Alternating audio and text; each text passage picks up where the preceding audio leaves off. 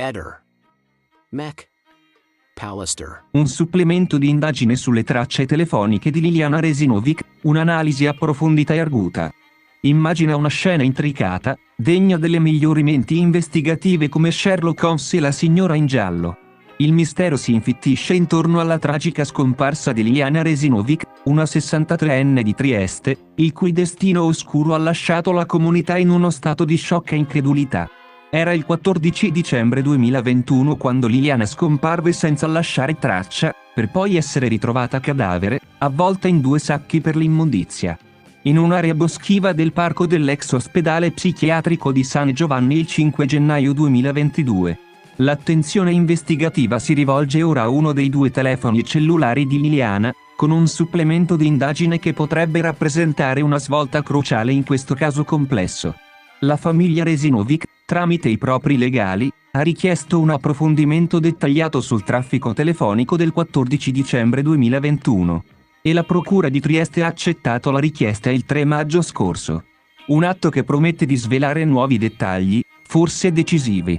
Il 27 maggio, presso il Tribunale Giuliano, verrà conferito l'incarico a un consulente esperto per questa nuova fase di analisi.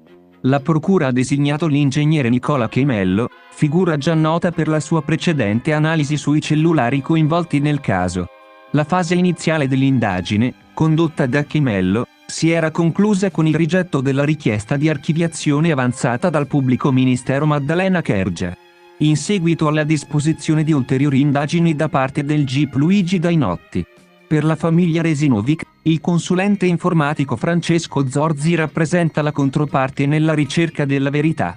Le analisi sul cellulare di Liliana sono avvolte nel massimo riservo, alimentando un alone di mistero che rende la vicenda ancora più intrigante.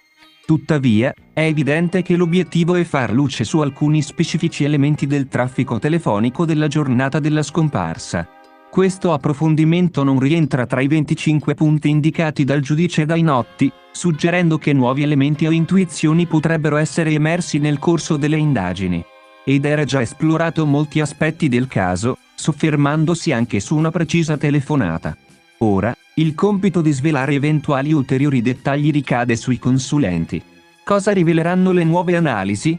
C'è forse una chiamata non registrata o un messaggio nascosto che potrebbe cambiare il corso dell'indagine? Potrebbero emergere prove di contatti inaspettati o di movimenti sospetti che finora sono sfuggiti all'occhio investigativo?